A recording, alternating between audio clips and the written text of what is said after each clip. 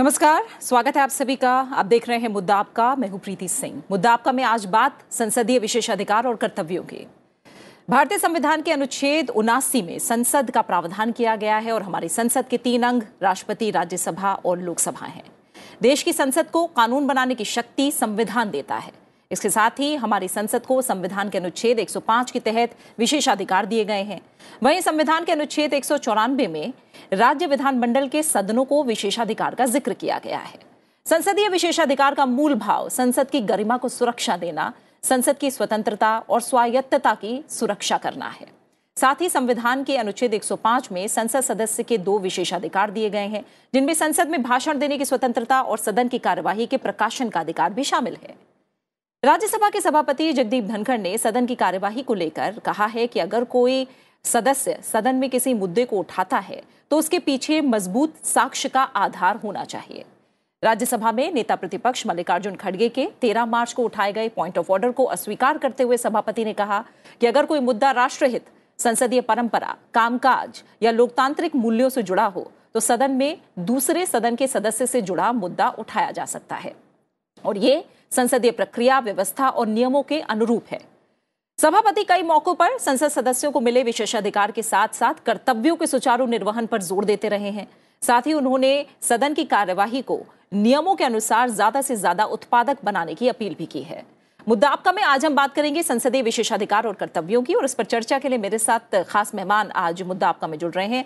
मेरे साथ सुजीत कुमार जो कि सांसद हैं राज्यसभा के बीजेडी से, स्टूडियो में मौजूद है। आपका बहुत बहुत स्वागत है सुजीत जी। साथ ही मेरे साथ अनिल अग्रवाल जुड़ रहे हैं, सांसद हैं राज्यसभा की बीजेपी से। आपका बहुत बहुत स्वागत है अनिल अग्रवाल जी, शुक्रिया मेरे साथ मुद्दा आपका में जुड़ने के लिए।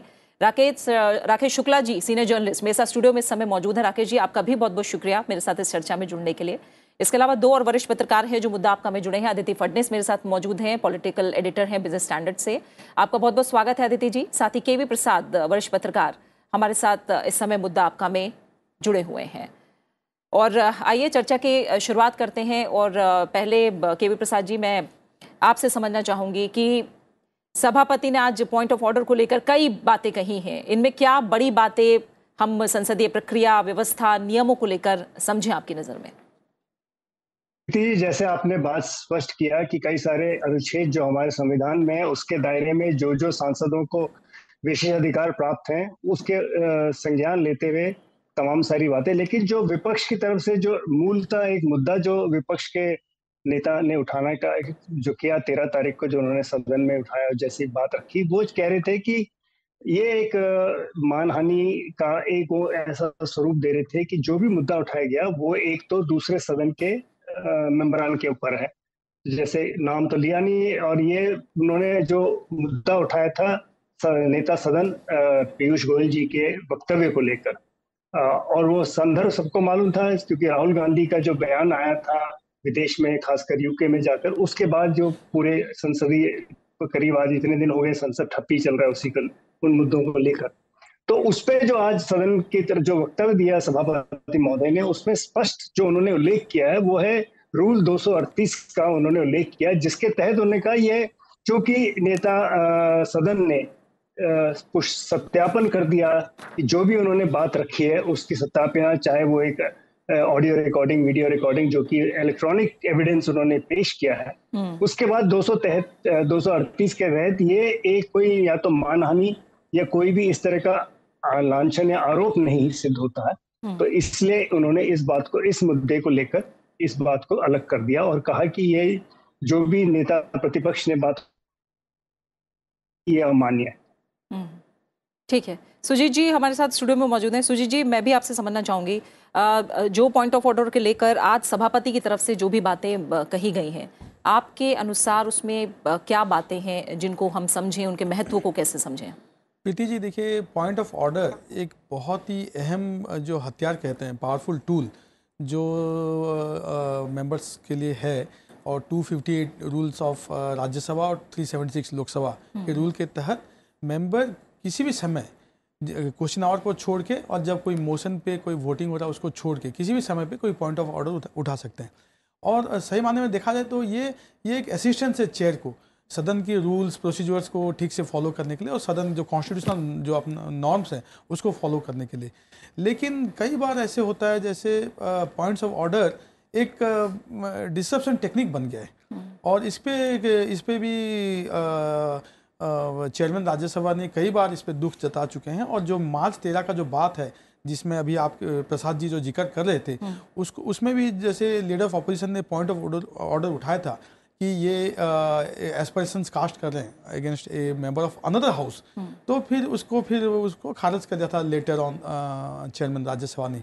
तो पॉइंट ऑफ ऑर्डर मेरे ख्याल से इसका जुडिशियस यूज़ हो तो बहुत ही अच्छा है। ये बहुत ही अच्छा, मतलब जैसे रूल 235 है राज्यसभा का, conduct of A member in the house.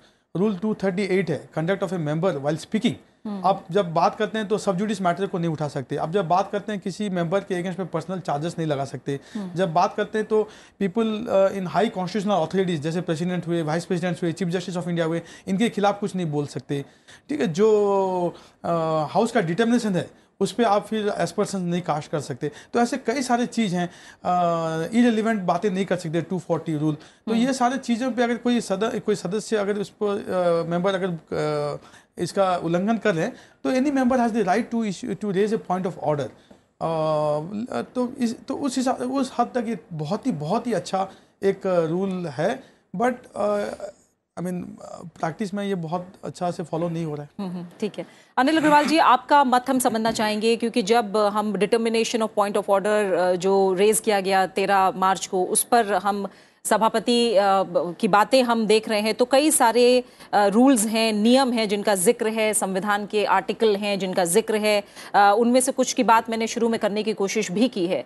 जैसा अभी हमें सुजीत जी ने भी कहा है कि बहुत सारे ऐसे नियम हैं जिन्हें बहुत गहराई से समझने की ज़रूरत है। उनको एक हथियार के तरह ना इस्तेमाल किया जाए, बल्कि संसदीय प्रक्रिया व्यवस्था को नियमों के अनुसार चलाया जाए। अगर उस नज़रिए से हम इस्तेमाल करें तो शायद उत्पादकता भी बढ़ेगी और जो कार्रवाई है वो भी सुचारू रूप से चलेगी। आज क्या बड़ी बातें आपकी नज़र में जो सभापति की तरफ से कही गई हैं?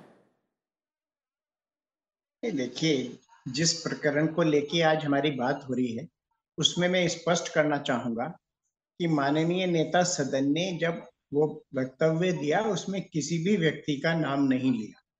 वो उसी समय उन्होंने जब नेता विरोधी दल ने उस पर पॉइंट ऑफ ऑर्डर उठाने की कोशिश की थी, उसी समय उन्होंने उस बात को क्लियर कर दिया था।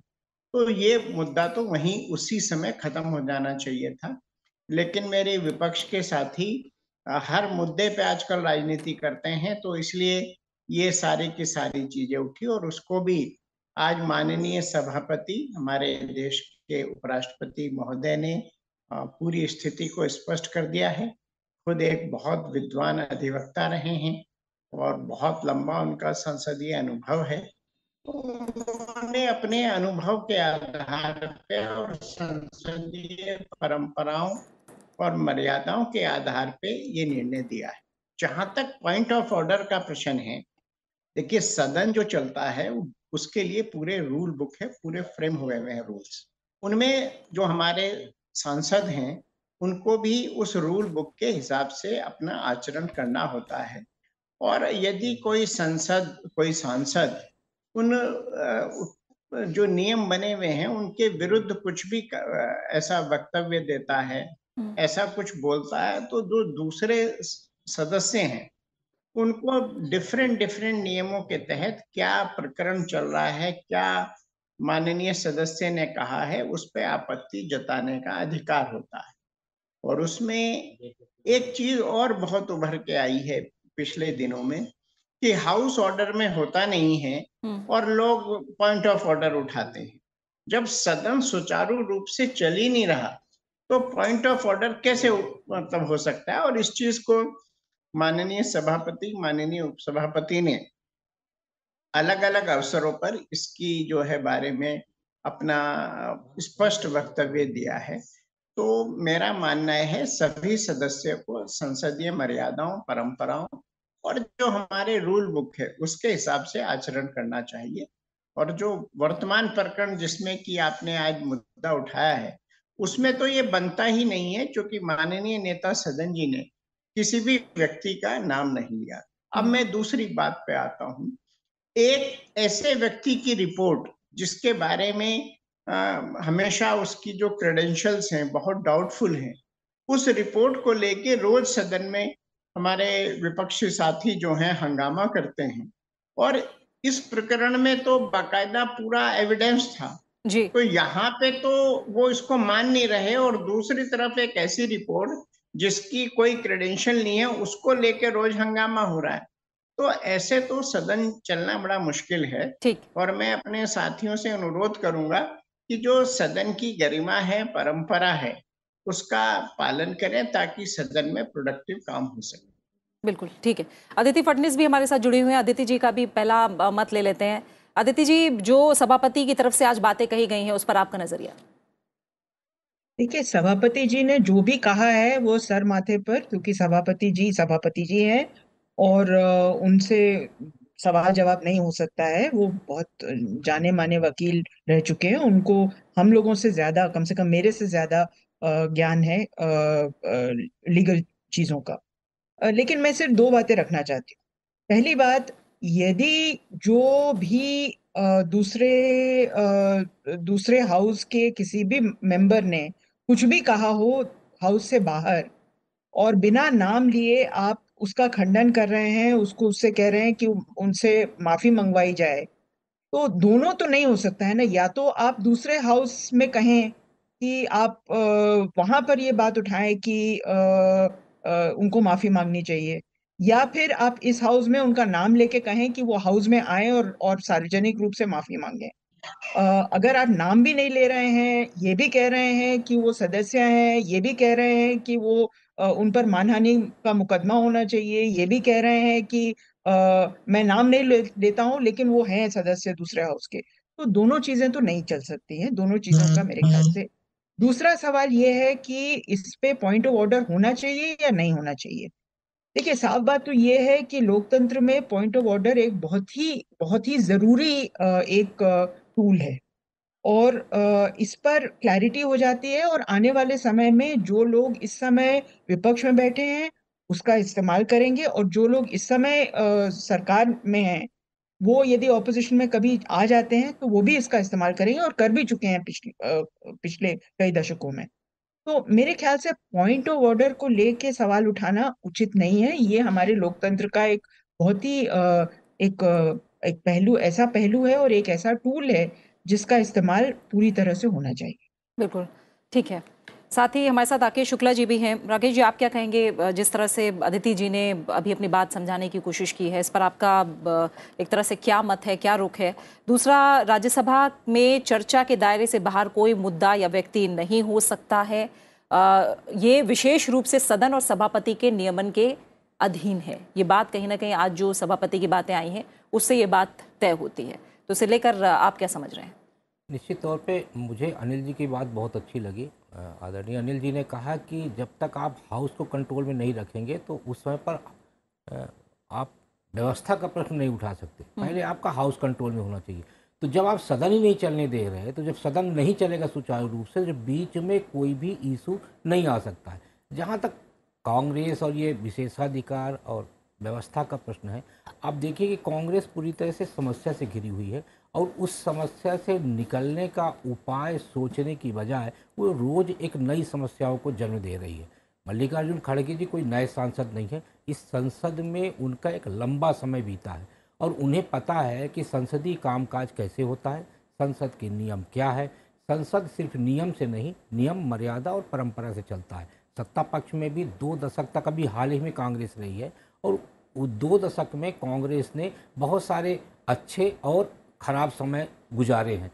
तो व्यवस्था की जहाँ तक प्रश्न है, उस व्यवस्था के प्रश्न को आपके सभापति की तरफ से जो रिजेक्ट किया गया, वो इसलिए किया गया क्योंकि व्यवस्था का प्रश्न एक महत्वपूर्ण टूल है, और उस टूल का बेहतर तरीके से इस्तेमाल होना चाहिए। हर सदस्य के पास ये अधिकार होता है कि व्यवस्था का प्रश्न उठाए, लेकिन किन विषयों को उठाया जाना चाहिए ये हर सदस्य को पता है। इसलिए व्यवस्था के प्रश्न का राजनीतिकरण नहीं हो, इसलिए स्पीकर की तरफ से इसको रिजेक्ट किया गया। जहाँ तक विशेषाधिकार का मामला है, तो मानहानि में 2 चीजें देखने को मिल रही कि व्यक्तिगत मानहानि और राष्ट्रीय मानहानि। तो राहुल गांधी जी की तरफ से जो विदेश में जाके कहा गया और खासकर संसद को लेकर जो कहा गया, क्या वो राष्ट्रीय मानहानि नहीं था?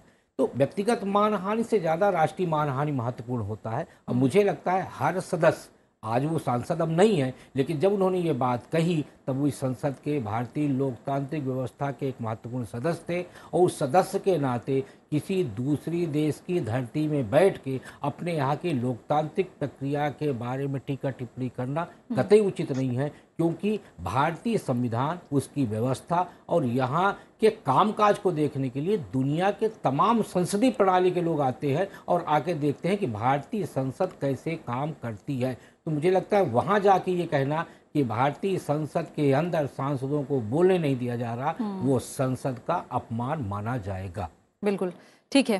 केवी प्रसाद जी, आपने जो तमाम मेहमान हैं उनका मत, उनके विचार इसे लेकर सुने हैं, और जाहिर तौर पर भारत को पूरी दुनिया का सबसे बड़ा लोकतांत्रिक देश माना जाता है, कहीं ना कहीं जननी माना जाता है लोकतंत्र की। और यहाँ जब हम संसदीय परंपरा, प्रक्रियाओं और लोकतंत्र की बात करते हैं तो जाहिर तौर पर एक नियम है जिनके अनुसार एक प्रक्रिया चलती है, लेकिन कई बार हमने देखा है कि नियमों से अलग कुछ परंपराएं भी हैं, कुछ कन्वेंशन भी हैं जिनके अनुसार हम कार्रवाई को चलता देखते हैं। जी बिल्कुल सही है। और परंपरा बहुत जिसे कहते हैं स्वस्थ रही है, क्योंकि हर चीज तो हमारे संविधान के रचयिता और संविधान की जो परिकल्पना की गई थी, हर चीज ब्लैक एंड व्हाइट में उन्होंने कैद नहीं किया। कुछ चीज उन्होंने वर्तमान जो भी उस वर्तमान काल में जो भी सरकार हो, जो भी विपक्ष हो, नेता हो, जो सभापति हो या लोकसभा के अध्यक्ष हो, इनके अपने विवेक और विचार के लिए छोड़ दिया, हर चीज कैद नहीं किया। और परंपरा जिसे कहते हैं पार्लियामेंट्री कन्वेंशंस, पार्लियामेंट्री डेमोक्रेसी, यानी कि जो हमारी जो संसदीय प्रणाली है, जो संसदीय उसमें बहुत अहम भूमिका रखती है। और ये सिर्फ भारत में ही नहीं, तमाम सारे जहाँ पे भी वेस्टर्न डेमोक्रेसी आप कहते हैं, या चाहे ऑस्ट्रेलिया में जो हमारे पार्लियामेंट्री डेमोक्रेसी हो, या कनाडा में हो, अमेरिकन कांग्रेस थोड़ा अलग है, इसको अलग रखूंगा, तो तमाम सारे यहाँ कन्वेंशन बहुत इंपॉर्टेंट है। परंपरा जिसका उल्लेख शुक्ला जी ने भी किया, तो ये बहुत जरूरी है। तो परंपरा कोई कैद तो है नहीं, तो ये समझ आता है वक्त वक्त पे कई चीजें। जैसे एक छोटी सी परंपरा है जो हमारे संसद में कई सालों से चल रही है, वो कहीं आपको वैसे उल्लेख नहीं मिलेगा कि पब्लिक अकाउंट्स कमेटी का जो चेयरमैन होगा या जो भी उसके चेयरपर्सन होंगे, वो विपक्ष के तरफ से आते हैं। तो ये एक स्वस्थ परंपरा है, क्योंकि उसके पीछे एक सोच अलग है कि भाई एक तो जो पारदर्शिता जो हमारे सांसद में बात होती है कि ये संसद अकाउंटेबिलिटी, मतलब सरकार की जवाबदेही संसद के सामने बनती है, और उस जवाबदेही का जो एक प्रक्रिया है उसमें पारदर्शिता है, बहुत अहम है। और उसके वजह से उसको चलते ये सोच आगे बढ़ाई गई कि विपक्ष के कोई भी एक सांसद को पब्लिक अकाउंट्स कमेटी, जो कि लेखा जोखा देखती है, जो सरकार ने पैसा खर्चा है, जिसके ऊपर सीएजी ने अपनी टिप्पणी दी है, उसके ऊपर उसके नियम उसके ऊपर जाती है। तो ये काफी एक स्वस्थ परंपरा चलती आ रही है, तो उसको आगे बढ़ाते हैं लोग। हर सदन में कोशिश रहती है। हाँ, ये जरूर है, शायद सुजीत जी की अलग एक राय थी कि भाई पॉइंट ऑफ ऑर्डर होना चाहिए या व्यवधान ना पहुंचाओ, लेकिन ये पॉइंट ऑफ ऑर्डर जब भी उठाया जाता है तो नियमावली का वो अंश बताना पड़ता है सदन को, खासकर जो नेता, जो भी सभापति हैं, कि भाई किस नियम के अनुसार आप पॉइंट ऑफ ऑर्डर रेस कर रहे हैं। और शायद मैं उस वक्त संज्ञान नहीं ले सकता कि जब नेता सदन ने ये बात रखी होगी 13 मार्च को, उस वक्त जरूर खलल रही होगी, लेकिन पॉइंट ऑफ ऑर्डर फिर भी आप उठा सकते हैं कि भाई ये हमारा ये मुद्दा है और ये 238 में हम ये बात रखते हैं। तो ये एक साधारण प्रक्रिया है सांसदों के पास। ठीक है। सुजीत जी, इस पर भी जैसे अभी केवी प्रसाद जी ने भी कहा है, एक मैं कहूँ कि जो परंपरा के अनुसार जो मैंने बात कही कि सिर्फ नियमों के अनुसार ही नहीं, हमने कई बार ये देखा है कि कन्वेंशन से भी चलता रहा है संसदीय प्रक्रिया। तो इसके बीच कैसे सामंजस्य रहा है अब तक जो हम देखते आए हैं, उसके बारे में आप क्या कहेंगे संसद के अंदर? बिल्कुल मैं सहमत हूँ प्रसाद जी का बात से, उनके बातों से मैं बिल्कुल सहमत हूँ। देखिए सिर्फ संसद ही नहीं, अब सुप्रीम कोर्ट ही ले लीजिए कि हमारे जुडिशियल सिस्टम लीजिए, वहाँ पे भी बहुत सारे परंपराएं हैं और not everything can be written in black and white, जैसे प्रसाद जी ने कहा। और हमारे संविधान इज लिविंग डॉक्यूमेंट, तो उसमें भी बहुत सारी चीज़ें हैं जो हमारे फाउंडिंग फादर्स, जो कॉन्स्टिट्यूएंट असेंबली के मेंबर्स थे, वो एंटिसिपेट नहीं किए थे क्योंकि समय बदलता है, तो जो इसलिए कुछ परंपराएं ऐसी हैं जो they stay with institution, with an institution. तो संसद की भी एक परंपरा है। उन्होंने उदाहरण दिया जो पीएसी का जो अध्यक्ष होते हैं वो लीडर ऑफ अपोजिशन होते हैं। ऐसे कई सारे परंपराएं, तो परंपरा से ही चलती है, ठीक है। लेकिन नियमों को भी, नियमों का जो अभी जैसे आपने मार्च 13 का आपने जिक्र जब किया था, तो मार्च 13 का जो है वो नियम के तहत ही सभापति जी ने उसको जो पॉइंट ऑफ ऑर्डर को वो खाला। उन्होंने एक लंबा एक एक्सप्लेनेशन भी दिया है उन्होंने, उनका वो मतलब जब पढ़ेंगे आप तो उसमें आपको पता चलेगा कि उन्होंने डॉक्टर बी आर अम्बेडकर को कोट किया, उसमें कई सारे बिंदुओं को उन्होंने उठाया और आखिर में उन्होंने कहा कि this point of order is not sustainable. और जैसे अनिल अग्रवाल जी बता रहे थे, जब house is not in order तो आप पॉइंट ऑफ ऑर्डर कैसे उठा सकते हैं। ये एक बहुत ही मतलब अभी ये पिछले सत्र में देखने को मिला था कि जब विपक्ष के नेताएं और सांसदों वो वेल में आके चिल्ला मतलब ये डिसरप्शन कर रहे थे और पॉइंट ऑफ ऑर्डर उठा रहे थे, तो ये तो सस्टेनेबल नहीं है, ठीक है। तो मैं बिल्कुल परंपरा और जो कन्वेंशंस हैं, ट्रेडिशंस हैं, इस पे हर इंस्टीट्यूशन को गर्व होता है और हर इंस्टीट्यूशन इसको फॉलो करता है। लेकिन मुझे लगता है कि rules should have precedence over conventions and traditions. ठीक है। अनिल अग्रवाल जी, मैं इस पर सभी मेहमानों को क्योंकि कमेंट ले रही हूँ, आपसे भी बात करूंगी। जो मैं एक तरफ रूल्स की बात हो रही है, एक तरफ कन्वेंशन की बात हो रही है, और जाहिर तौर पर सबसे बड़ी बात यह है कि जब कहीं ना कहीं सांसद अपने अधिकारों की बात कर रहे हैं तो बहुत से कर्तव्य भी हैं जिन्हें भूल रहे हैं, या फिर उन नियमों की भी जो एक तरह से व्याख्या करनी चाहिए, जो नियमों के तहत चीज़ें उठानी चाहिए। जैसे सभापति ने भी कहा कि जो पॉइंट ऑफ ऑर्डर है, इससे पहले भी बात आई कि किस इश्यू के तहत, किस नियम के तहत क्या बात आप कहना चाह रहे हैं, वो पूरी तरह से साफ नहीं हो पा रही है। तो आपको लग रहा है कि इस गहराई को समझना जरूरी है? बिल्कुल, मैं आपकी बात से सहमत हूं। मैं एक चीज और कहना चाहता हूं। राहुल गांधी ने विदेश की धरती पे जाके भारत की जो लोकतांत्रिक व्यवस्था है उसी पे चोट पहुंचाने का काम किया है। और जैसा कि मेरे मित्र ने भी बताया, परंपराएं बहुत आवश्यक हैं। अब जैसे पीएसी का चेयरमैन, पब्लिक अकाउंट कमेटी का चेयरमैन अपोजिशन से होगा, तो ये एक परंपरा है। इसी प्रकार से भारतीय लोकतंत्र में जितने भी विभाग हैं सबके लिए स्टैंडिंग कमेटीज हैं। स्टैंडिंग कमेटी के चेयरमैन सत्ता पक्ष के भी होते हैं, विपक्ष के भी होते हैं। हर कमेटी में सदस्य सत्ता पक्ष के भी हैं, विपक्ष के भी हैं। और कमेटीज में जो वर्किंग होती है वो कभी भी दल के आधार पे नहीं होती। उसमें एक बहुत स्वस्थ तरीके से बाकायदा चर्चा होती है। और मुझे तो लगता है वर्तमान परिप्रेक्ष्य में उन कमेटीज का बहुत इंपॉर्टेंट रोल हो गया है। बहुत सारी अनुशंसाएं विजिट भी करते हैं, विजिट के बाद अनुशंसा होती है जिसपे सरकार कार्रवाई भी करती है। एक और चीज मैं सबके संज्ञान में लाना चाहता हूँ। Parliament means both, it includes Lok Sabha and Rajya Sabha. Rahul Gandhi यद्यपि राज्यसभा के सदस्य नहीं थे, अब तो लोकसभा के भी नहीं है, बट जब उन्होंने कहा वो लोकसभा के सदस्य थे। पार्लियामेंट, सांसद का अर्थ केवल राज्यसभा लोकसभा से नहीं है। Parliament includes both the houses. तो अगर लीडर ऑफ अपोजिशन ने यद्यपि जो भी मुद्दा उठाया है या वो इररिलेवेंट है, और हमारे जो नेता सदन ने कहा है, यद्यपि उन्होंने नाम नहीं लिया, लेकिन वो लोकसभा के सदस्य तो थे ही। और उस चीज को उस दिन भी हमारे जो वरिष्ठ पार्टी के नेता हैं श्रीमान भूपेंद्र यादव जी, उन्होंने उस समय भी ये स्पष्ट किया था कि पार्लियामेंट मीन्स बोथ हाउसेज। तो जो ये खड़गे साहब ने उठाया है मुद्दा, इसकी कोई आवश्यकता नहीं थी, केवल राजनीति की है उन्होंने।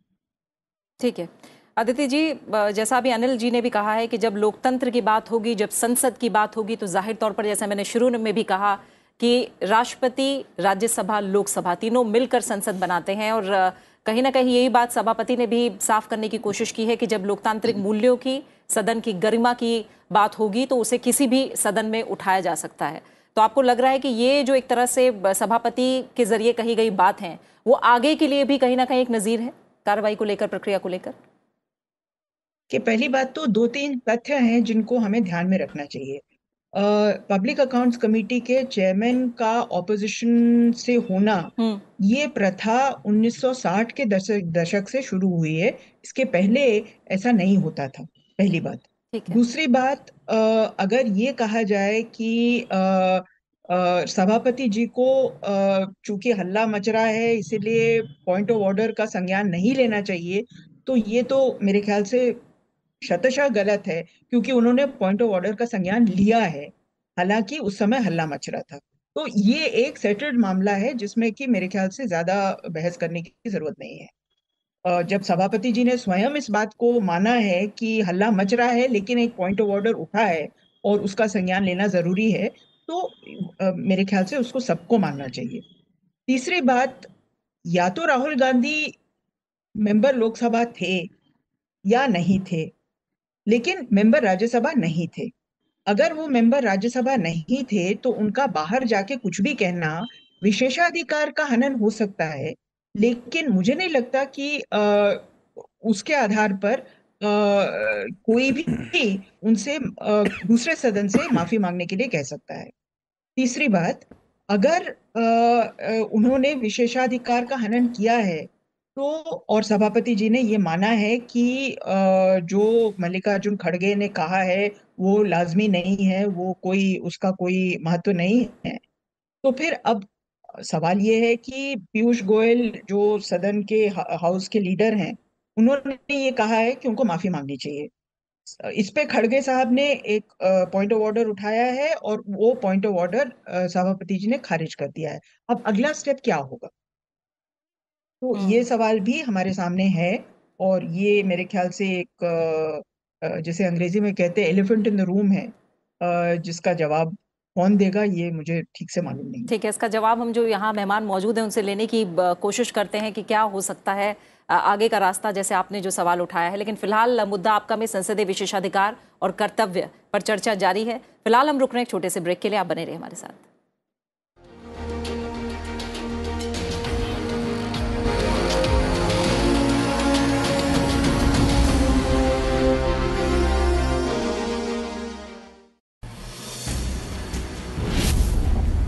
संसद, जहां सांसद उठाते हैं सवाल,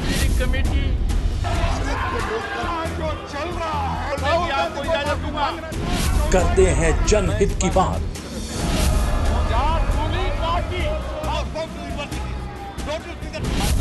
विधेयकों पर होने वाली चर्चा में निभाते हैं भागीदारी,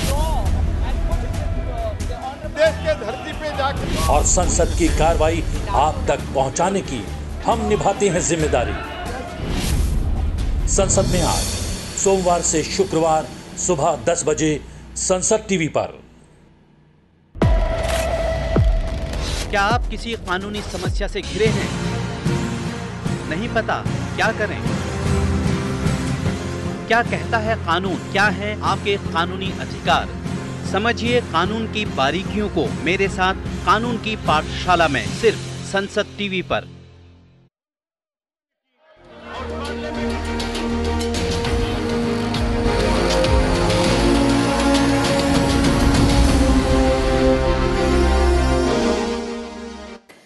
ब्रेक के बाद आपका स्वागत है और मुद्दा आपका में आज बात हो रही है संसदीय विशेषाधिकार और कर्तव्य की। खास मेहमान हमारे साथ जुड़े हुए हैं। राकेश जी, अभी जो बात अदिति जी ने उठाई है कि अब जो डिटर्मिनेशन आया है उसके बाद आगे क्या, इस पर हम क्या कह सकते हैं, बताइए क्या कैसे ये, क्योंकि परंपराओं की बात हो रही है। मैंने यही कहा कि क्या अब जो भी सभापति की तरफ से कहा गया है वो आगे के लिए भी एक नज़ीर होगी, आगे कैसे होगा, बताइए। सर, संसद में बहुत सारी ऐसी घटनाएं हुई हैं जिस पे मुझे लगता है एक बड़ी चर्चा हो सकती है। आप याद करिए, जब हमारे यहाँ लोकसभा की स्पीकर मीरा कुमार जी थी तो उन्होंने राहुल गांधी जी को पूरे 45 मिनट बोलने का अवसर दिया था। वो न नियम में था और न परंपरा में था। तो जिसकी सरकार होती है तो निश्चित तौर पे सत्ता पक्ष कहीं ना कहीं नियमों को परंपरा की तरफ ले जाता है और परंपराओं के हिसाब से फिर वो अपनी सुविधा से सदन को चलाने का प्रयास करता है। लेकिन ये भी सही है कि भारत का जो संसदीय व्यवस्था है वो बेहतर यानी स्वस्थ परंपरा के हिसाब से भी चला है। जैसे आपके सदन में देखिए तो लोकसभा में ही 2014 के बाद से 2 नई परंपराएं देखने को मिली। पहला ये कि नए सांसदों को सबसे पहले बोलने का अवसर देना, दूसरा ये कि महिला सांसदों को पर्याप्त तरीके से बोलने का अवसर देना। ये एक परंपरा है, ये आप संसद के किसी भी नियमावली में नहीं पाएंगे।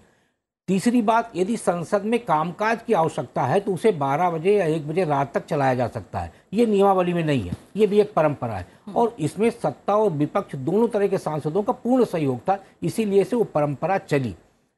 जहाँ तक पीएससी की बात है तो एकदम सही बात है कि प्रसाद जी ने जो बताया कि हमारे यहाँ ये व्यवस्था इसलिए रखी गई कि कहीं पे भी सरकार और सत्ता पक्ष और विपक्ष के बीच में सामंजस्य बना रहे। यदि सत्ता पक्ष की तरफ से कोई भी लेन देन लेखा जोखा में कोई भी त्रुटि रह जाती है तो क्योंकि विपक्ष का यदि चेयरमैन होगा तो वो उन त्रुटियों की तरफ सरकार का ध्यान आकर्षित करेगा और राष्ट्र किसी भी तरह की आर्थिक नुकसान से बच पाएगा।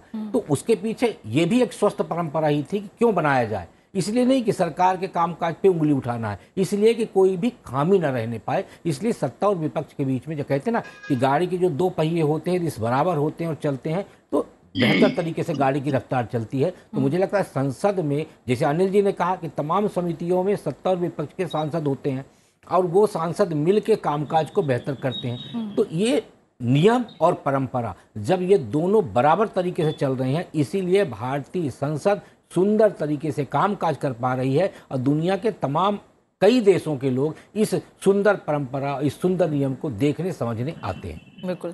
केवी प्रसाद सर, अब थोड़ा सा कर्तव्यों की तरफ हम जाते हैं। विशेषाधिकार की जब हम बात कर रहे हैं तो बहुत सारे हमने अनुच्छेदों का जिक्र किया है, जो रूल्स हैं उनकी जाहिर तौर पर बात हो रही है, लेकिन कहीं ना कहीं आपको लग रहा है कि अब कर्तव्यों पर चर्चा की ज़्यादा ज़रूरत हो गई है, खासतौर से जब हम बजट सत्र के दूसरे भाग में कामकाज को लेकर एक तरह से पूरा का पूरा गतिरोध की भेंट चढ़ता देख रहे हैं।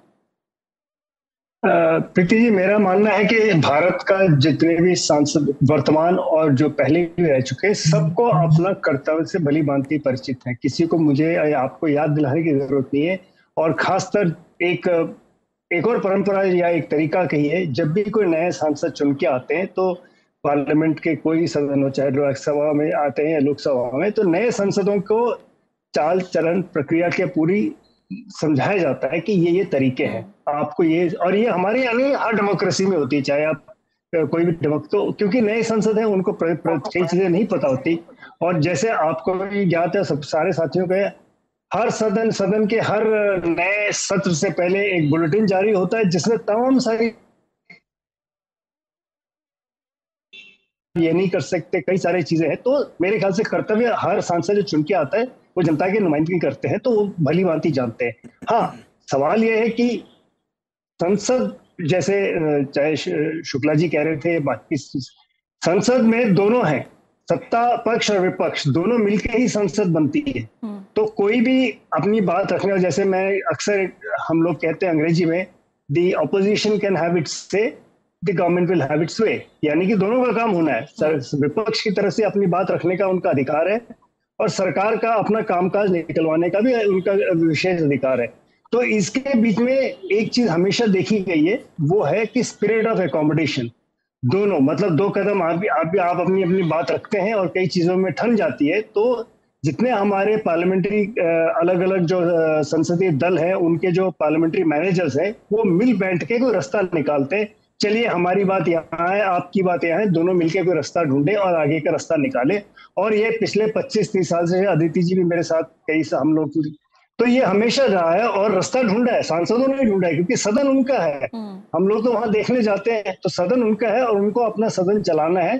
पीठासीन अधिकारी एक डायरेक्शन दे सकते हैं, लेकिन सदन चलाने का जो है दोनों सदनों की तरफ से सत्ता पक्ष और विपक्ष दोनों मिलकर चलाते। ठीक है। सुजीत जी, ये तो साफ है कि जब विशेषाधिकारों की बात कर रहे हैं तो भारत में संसदीय विशेषाधिकारों को इसलिए शामिल किया गया ताकि देश में जो संसद के प्रति सम्मान हो, जनता के द्वारा जो चुने गए प्रतिनिधि हैं उनके लिए सम्मान बढ़े। लेकिन फिलहाल जिस तरह की तस्वीरें संसद के अंदर से आती हैं, जैसे मैंने कहा कि अब कर्तव्यों का जिक्र करना ज़्यादा ज़रूरी हो गया है। सांसद, संसद, विशेषाधिकार, कर्तव्य और राजनीति कैसे होगा तालमेल? देखिए प्रीति जी, कर्तव्य और अधिकार साथ साथ जाते हैं। जैसे अंग्रेजी में कहते हैं rights and duties are 2 sides of the same coin. तो हम लोग अधिकार का बात कर रहे हैं। एक सांसद का कर्तव्य क्या है? सबसे पहला कर्तव्य तो जो है उसका है लॉ मेकर, ही से लॉ मेकर, ही वसी से लॉ मेकर। तो हमारा जो लेजिस्लेटिव, इसलिए उनको लेजिस्लेटर भी कहते हैं। तो संसद में जो भी कोई विधेयक पेश होता है तो उस पर चर्चा करके उस पर भाग लेना, ये तभी होगा जब संसद ठीक से चलेगा। जब आप गतिरोध होगा, जब आप कोई बिल पे चर्चा ही नहीं कर पाएंगे, तो फिर कैसे वो मतलब एक सांसद के नाते अपना कर्तव्य का कैसे पालन कर पाएगा वो। तो इसलिए मैं तो हमेशा ये कहता हूँ, आपके शो में कितने बार मैं कह चुका हूँ कि कम से कम 0 आवर क्वेश्चन आवर का तो डिस्कशन ना होना चाहिए।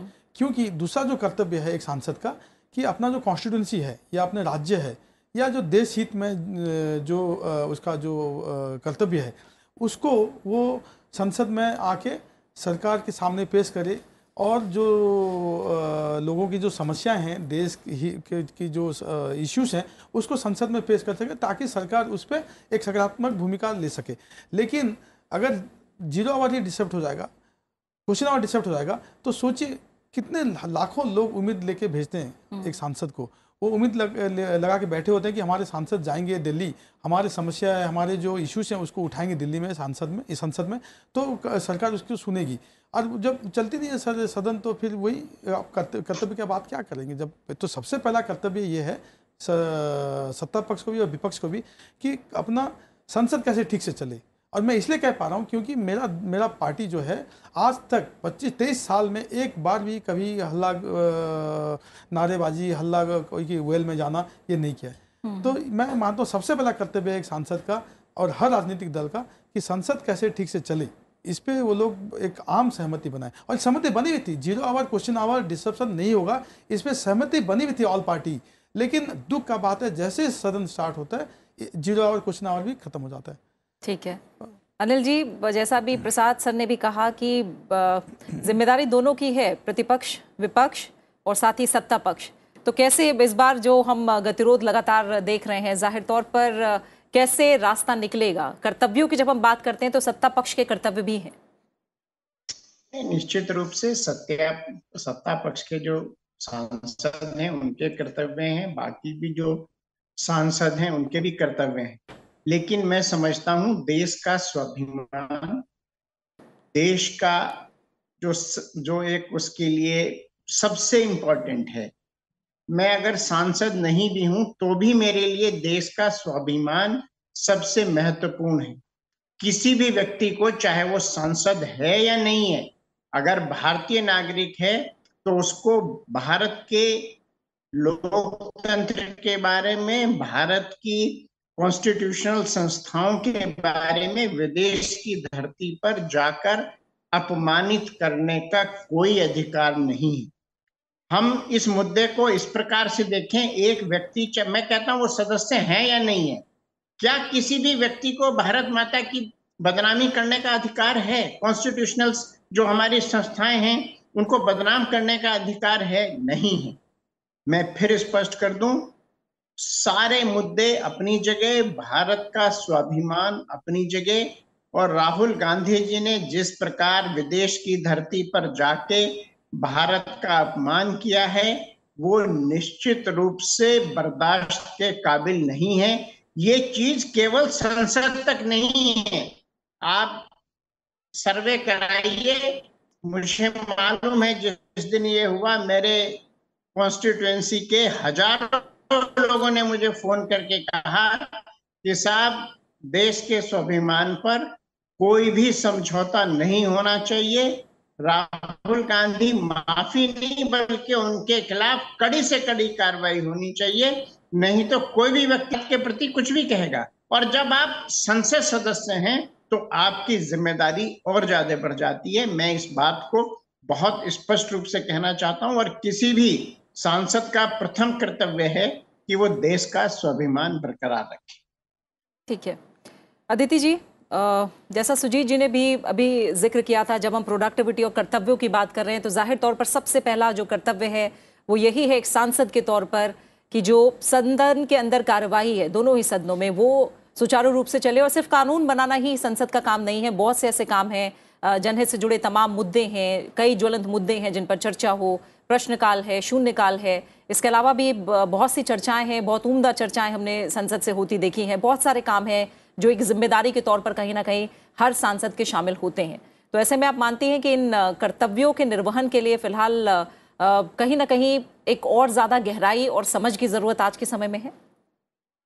मैं केवल दो बातें कहना चाहती हूँ। पहली बात तो कि अगर राहुल गांधी ने या किसी और ने किसी का अपमान किया है या देश का अपमान किया है तो लोग उनको सजा देंगे।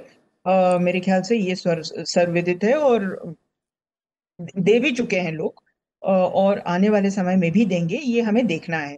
अगर लोग उनको लाते हैं फिर से लोकसभा या राज्यसभा में तो फिर इसको हमें दूसरे नजरिए से देखना होगा। मुझे नहीं लगता कि लोगों का जो वर्डिक्ट है उसका अपमान किया जा सकता है। दूसरी बात यह है कि अगर हमारी इस पूरी चर्चा को लेके लोग लोकतंत्र के को लेके हतोत्साहित हो रहे हैं या निराश हो रहे हैं तो उस निराशा की जरूरत नहीं है।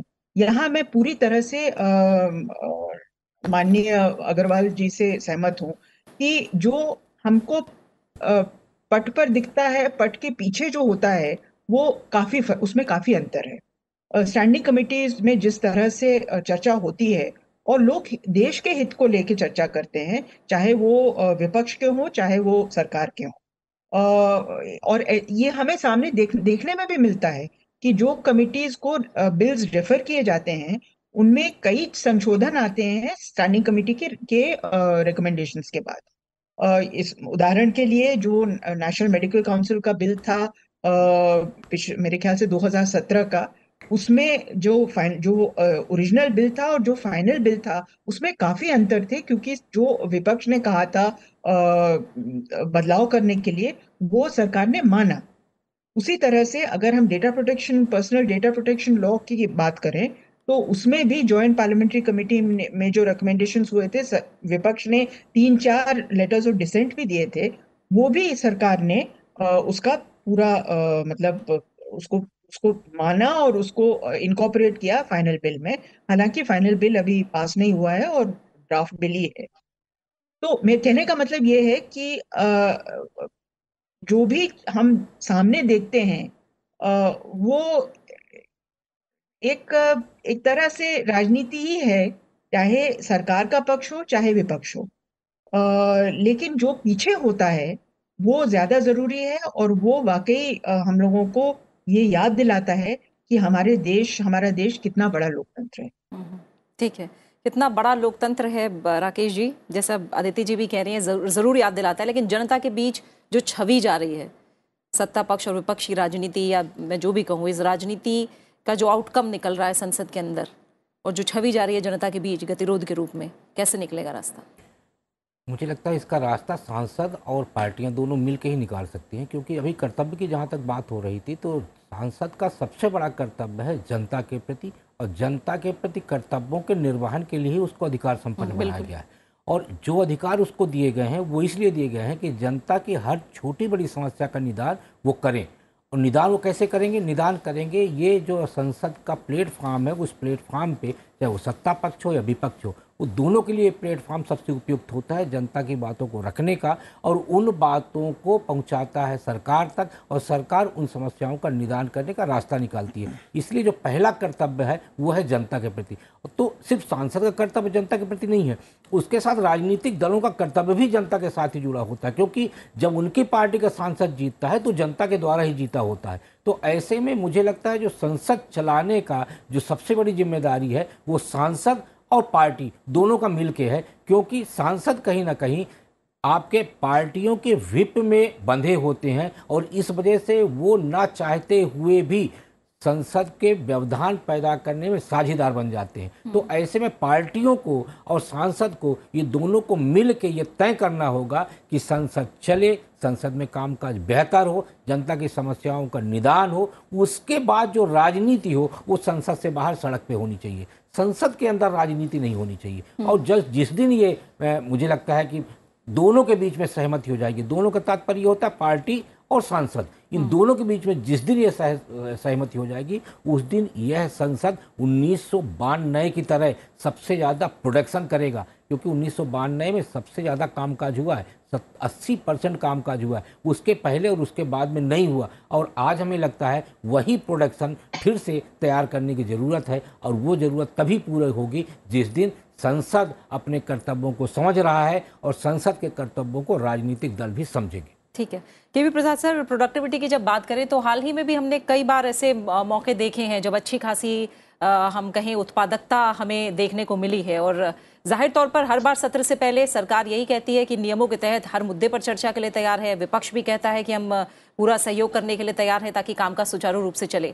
लेकिन जैसा हम कह रहे हैं कि सबसे बड़ा कर्तव्य सदन संसद व्यवस्था में हो, नियमों के हिसाब से सुचारू रूप से काम करे, वो हमें नहीं देखने को मिलता कई बार, जैसा अब हम देख रहे हैं। ऐसे में आपकी नज़र में क्या उस तरह की स्थिति बनती दिख रही है, जैसे अभी राकेश जी ने कहा कि दोनों की जिम्मेदारी है और दोनों सही तरह से निभाएं और सही तरह से हम संसद चलता देखें?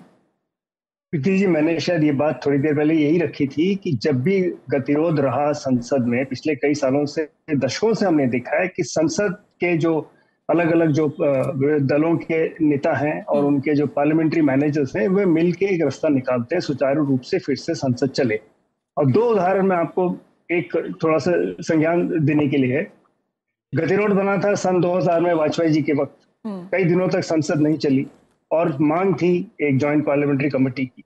अंततः वाजपेयी जी की सरकार ने उस वक्त जो भी उनकी माने, 10 साल बाद आ जाइए, करीब 2012-13 की बात, फिर से संसद में गतिरोध रहा, संसद फिर वही जॉइंट पार्लियामेंट्री कमेटी की बात हुई।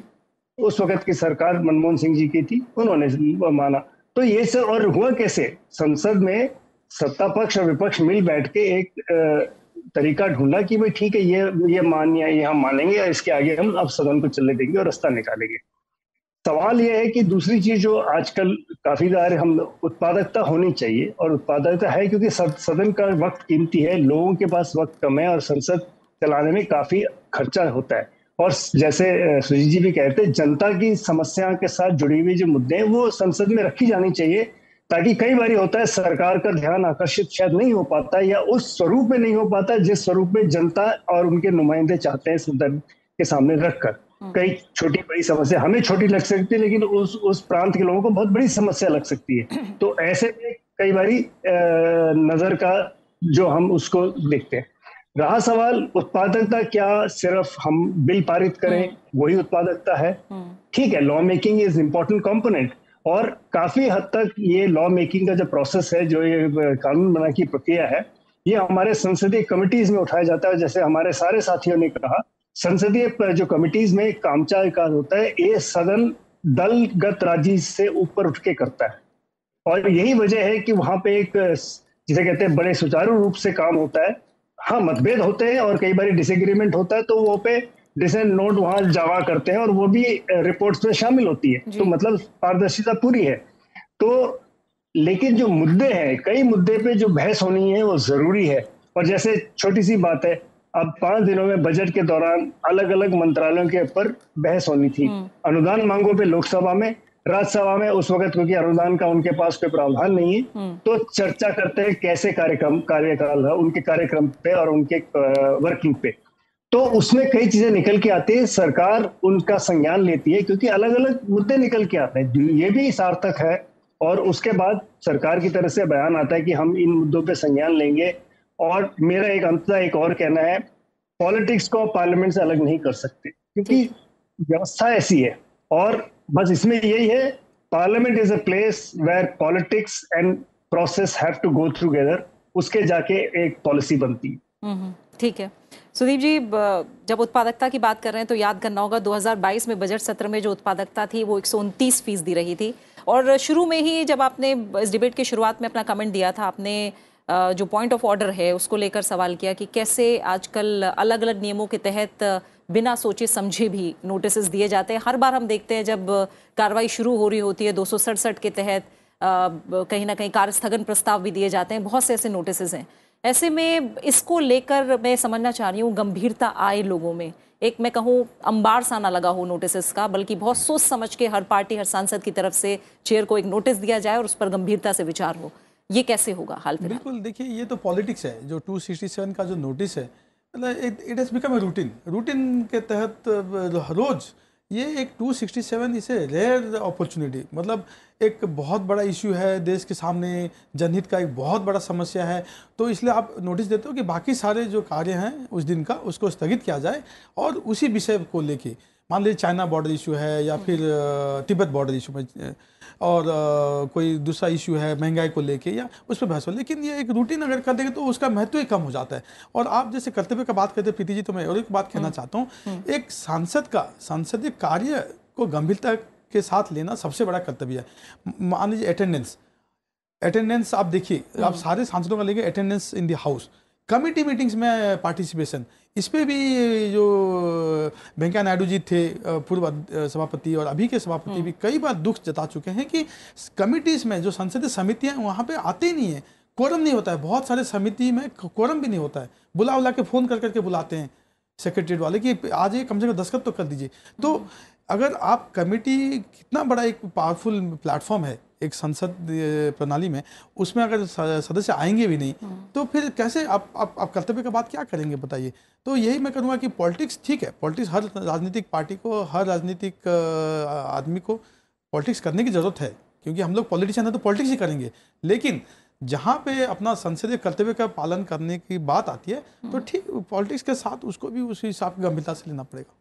ठीक है, समितियों का जिक्र किया है अनिल अग्रवाल जी, और जाहिर तौर पर जैसे उन्होंने भी कहा कि इससे पहले हम एम वेंकैया नायडू की बात करें या जो अभी सभापति हैं, लगातार चिंता जताई जाती है कि पार्टिसिपेशन बढ़े, कहीं ना कहीं प्रोडक्टिविटी एक तरफ है, कमेटी इसको लेकर भी बहुत बड़ी जिम्मेदारी होती है। हम जानते हैं जब सत्र नहीं चल रहा होता है उस दौरान भी जो कमिटीज़ हैं वो अपना काम कितनी गहराई से, कितने अच्छे से कर रही होती है, लेकिन उसमें भी पार्टिसिपेशन जो हर सांसद का है वो कहीं ना कहीं सुचारू होना चाहिए, इसको लेकर भी चिंता जताई जाती रही है। तो ये संवेदनशीलता कैसे बढ़ाई जाएगी? नहीं, देखिए, मैं इसमें दो चीजें बताता हूं जो कमेटी में कोरम वाली स्थिति आती है।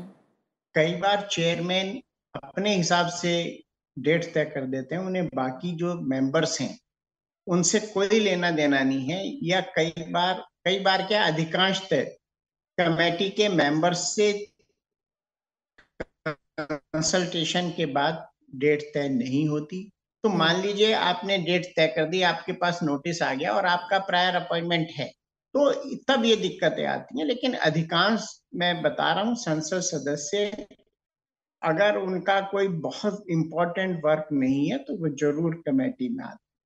सुजीत जी की एक बात से मैं बिल्कुल सहमत हूं कि 267 जो है एक बहुत बड़ा हथियार है, लेकिन आज उसकी स्थिति ये हो गई है कि वो आप सुबह संसद शुरू होती है और 20 नोटिस 30 नोटिस 267 के आते हैं, और डेली वही नोटिस हैं जिनको ऑनरेबल चेयरमैन रिजेक्ट करते हैं, और आइडेंटिकल नोटिस होते हैं। मतलब साफ है कि वो राजनीति से प्रेरित हैं और सब लोग मिलके वो नोटिस तैयार करते हैं। कई बार तो नोटिस में अक्षर से शब्द भी होते हैं। कुछ लोग थोड़ा जो बहुत वो हैं वो घुमा फिरा के उन नोटिस को दे देते हैं, और ये कई बार तय हो चुका है कि भाई कम से कम 0 आवर और क्वेश्चन आवर चले, और जब 2 बजे से राज्यसभा में बिल्स का काम होता है उस समय इसको रोका जाए। लेकिन स्थिति बिल्कुल आपके सामने है, इसमें क्या कहा जाए। मैं आपको एक बात आउट ऑफ द वो बताना चाहता हूँ। मेरे कई कांग्रेसी सांसदों ने मुझसे कहा, जब हम लोग ऑफ द रिकॉर्ड बात करते हैं, सेंट्रल हॉल में चाय पीते हैं, कि राहुल गांधी जी ने गलती तो की है लेकिन हम पार्टी से जुड़े हुए हैं, इसलिए हमको पार्टी ने जो निर्देश है उसको मानना है, व्हिप नहीं हो तो भी निर्देश मानना है। तो मैं, और ये भी बात है कि पॉलिटिक्स और पार्लियामेंट अलग नहीं हो सकती, इसी के बीच हमें कोई रास्ता निकालना पड़ेगा। और जहां तक एफिशिएंसी की बात है, संसद ने रात के 12-12 बजे तक भी काम किया है। आपने खुद अभी कहा कि पिछले जो सत्र में 130% तक काम हुआ है। तो हम लोग अपनी जिम्मेदारी को बखूबी समझते हैं, लेकिन कुछ दिक्कतें हैं प्रैक्टिकल जिनका की समाधान आवश्यक है, और तभी मुझे लगता है कि बेहतर संसद में कामकाज हो सकता है। बिल्कुल। हम लोग को पहले एक, मुझे याद है जब मैं आया था तो लीडर ऑफ अपोजिशन या लीडर ऑफ द हाउस या ऑनरेबल प्राइम मिनिस्टर कुछ भी बोलते थे तो सब लोग शांत हो जाते थे। लेकिन इस बार क्या हुआ, जब माननीय प्रधानमंत्री राष्ट्रपति जी के अभिभाषण पे धन्यवाद प्रस्ताव के लिए बोले, उनको पूरे समय डिस्टर्ब किया गया, पूरे समय। मुझे लगता है वो एक बहुत संसदीय परंपराओं में एक बड़ी दुखद घटना थी। और जब आप माननीय प्रधानमंत्री के बोलने में व्यवधान करोगे तो निश्चित रूप से फिर इस तरह की दिक्कतें आनी स्वाभाविक हैं। कांग्रेस के लोग कई बार विरोध करते करते इतनी सीमाएं लाग जाते हैं कि जिसको कि फिर पाटना जो है ना, जो दूरियां हैं उनको पाटना बड़ा मुश्किल हो जाता ठीक है अनिल जी। इसी वजह से मुझे लगता है ये सारी समस्याओं का जो इतने विकराल रूप हो रहा है इन्हीं सब वजह से। ठीक है, सोचना, विचारना और अपने विवेक का इस्तेमाल करना कहीं ना कहीं हर पार्टी और हर सांसद के लिए ज़रूरी है। जो भी संसद का सदस्य है तभी एक अच्छी संसदीय कार्यवाही, संसदीय प्रक्रिया, संसदीय व्यवस्था और संसदीय गरिमा का संदेश जनता के बीच भी जाते देखेंगे। फिलहाल जो मुद्दा आपका का समय है वो यहीं पूरा हो गया। अनिल अग्रवाल जी आपका, सुजीत जी आपका, राकेश जी आपका, अदिति जी आपका और साथ ही के वी प्रसाद जी, आप सभी मेहमानों का बहुत बहुत शुक्रिया मेरे साथ मुद्दा आपका में आज जुड़ने के लिए। और इस कार्यक्रम को आप YouTube पर भी देख सकते हैं। अपनी राय, सुझाव, प्रतिक्रिया हमारे साथ साझा कर सकते हैं। इसका हमें इंतजार रहता है। अपना अच्छे से ख्याल रखिए और मुझे दीजिए इजाजत। नमस्कार।